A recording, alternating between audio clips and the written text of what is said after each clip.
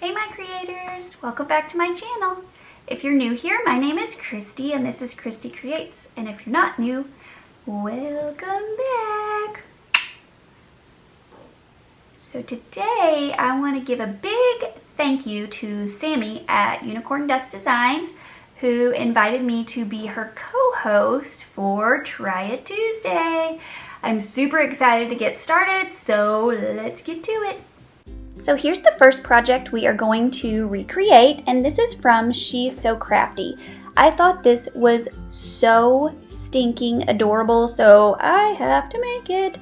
So we're going to take 2 sets of these 2-pack Hot Wheel tracks from the Dollar Tree, and you're going to trim those down. Your scissors will kind of fit in that little ridge on the back, and I just trimmed right up against that. And you're going to do this to all 4 of the tracks. So you're going to do this 8 different times because you're going to do it twice on each single piece.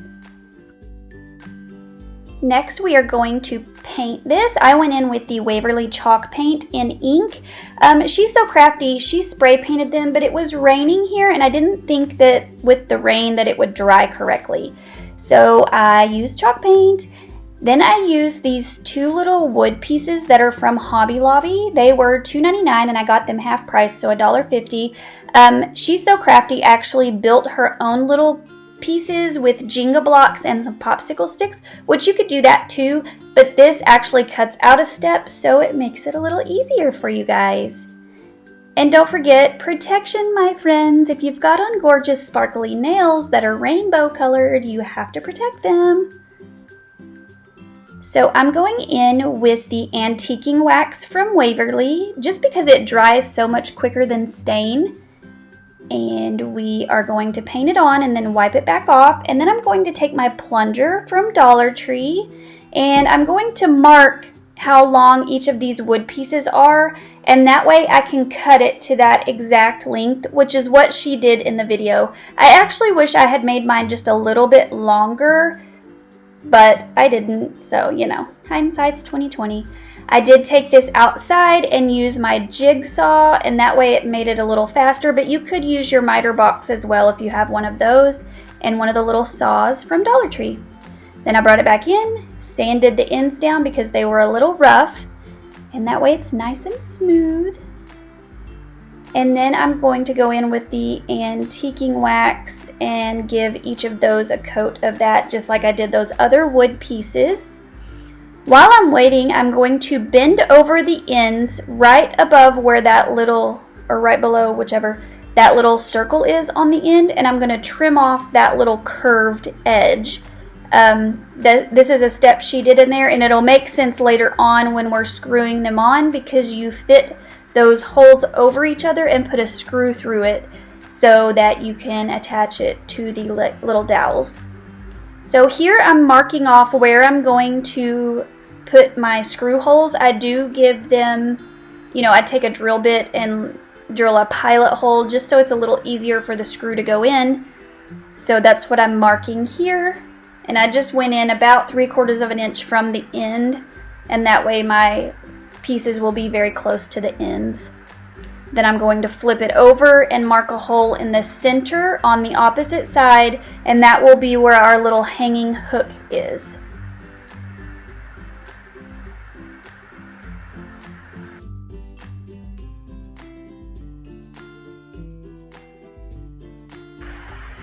So here's where I was talking about you're going to lay those pieces over each other and then you're going to put a screw through them and drill it into the dowel. Hopefully you can see what I'm doing.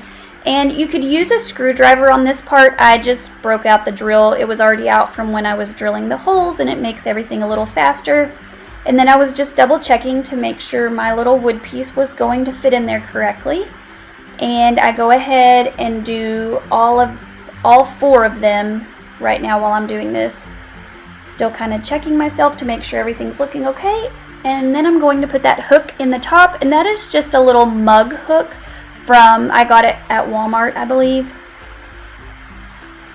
And that's what it's looking like so far. Now I'm going to take and put just a little bit of hot glue where that meets the racetrack, and that way it will kind of lock it on there so it's not going to fall off. You could use a little bit of E6000 also, which is what I probably will go back and do, just so it will last a lot longer. Now I'm going to go in and touch up my paint, because when you're messing with that, some of the paint does come off. And you guys, how cute are these? I actually thought that I like them better this way, where you're looking at them from what would be the side of hers. So I need to decide which way that I want to display them, but let me know what is your favorite.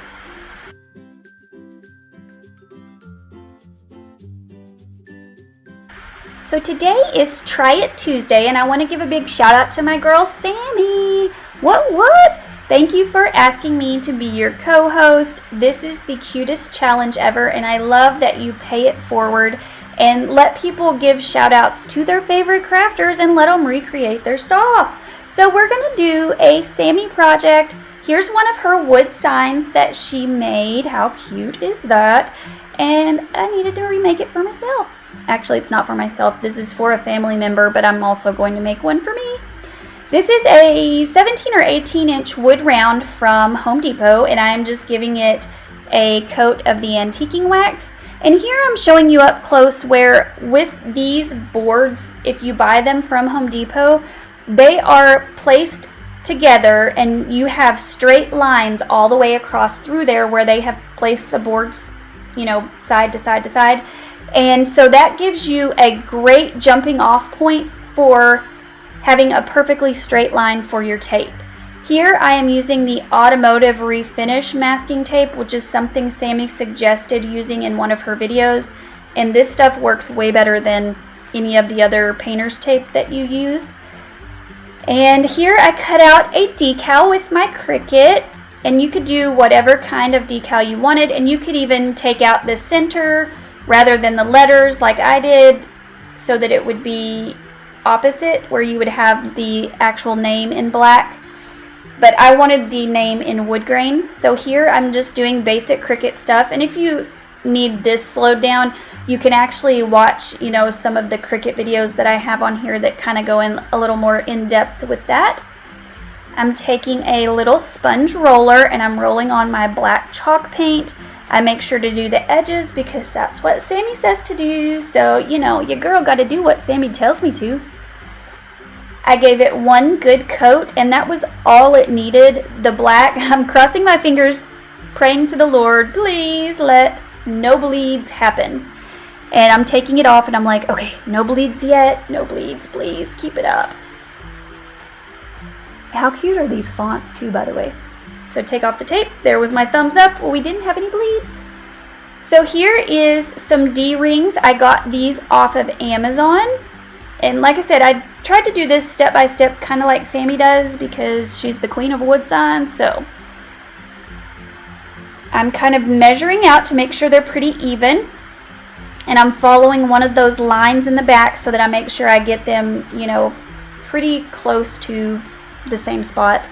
I took my drill bit and screwed those screws in. And here I'm taking some of the wired jute cord from Dollar Tree.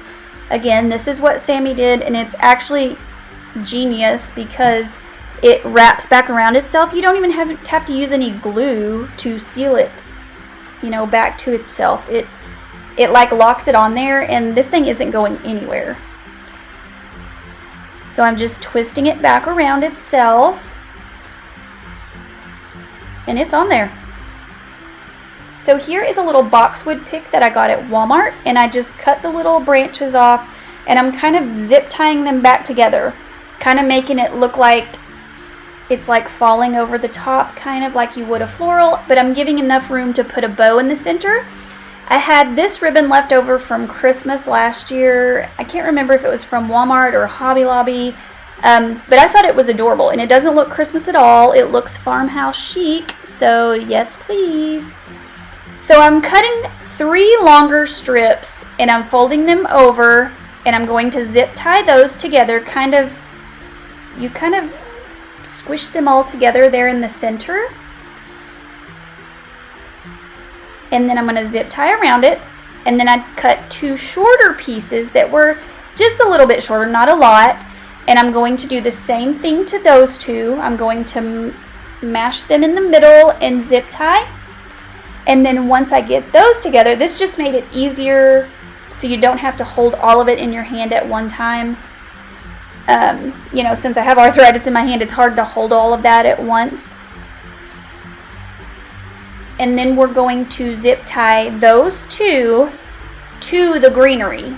And Sammie had said that when you do all of that, it makes it easier to stick your greenery on, which makes total sense. So I'm making sure everything's straight, and then I'm tightening it down. And then I cut that little short piece that you see over there to the right. And really, you don't have to fluff right now because you're going to have to refluff again in a minute. But I folded that over, and we're going to use that around the center of our bow so that it gives it like a completely finished look, like you know what you're doing when you're making a bow. You know, because we do, right? No one has to know we don't. Fake it till you make it, girl. Or boy. So I'm folding that over and using my scissors so I don't burn myself, because been there, done that. And then Sammie said to make sure when you're putting your bows down, still don't fluff it, by the way, because you're going to smush it again in a minute. So I'm going to use some E6000 quick hold because she said this stuff makes it like concrete and it will stay on in the weather. Which this one, by the way, I did not seal because it's going inside this person's house. If you are going to put it on your porch or outside, use the Helmsman waterproofer sealer like Sammie uses. And it is what I use on my wood signs when I've made them in the past, and it holds up amazing. But you guys, this was so quick and easy. And how stinking cute!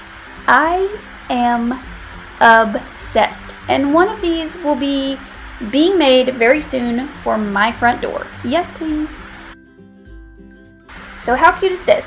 So Jazz from DIY Home and Crafts is the one that made this, and I thought, that is so cute, I need one. So I had this little wood circle from Dollar Tree, and I thought it would be a perfect base. It's a little bit different than the one she used, but since it has the flat sides, it actually works better than the one she had, in my opinion. And then I'm going to take my skewers, which you can get those from Dollar Tree, you can get them from Walmart. Most places they're about $1. And then I'm going to go around and hot glue the skewer stick to that little wood round. And then we're going to take those wood beads, which you could use whatever size you wanted. I just made sure to put the wood bead on the skewer as I'm gluing them on. And that way you know how far apart each of them need to be. Because if you put them too close together, your beads won't go all the way down the skewer. They would, you know, run into each other like bumper cars.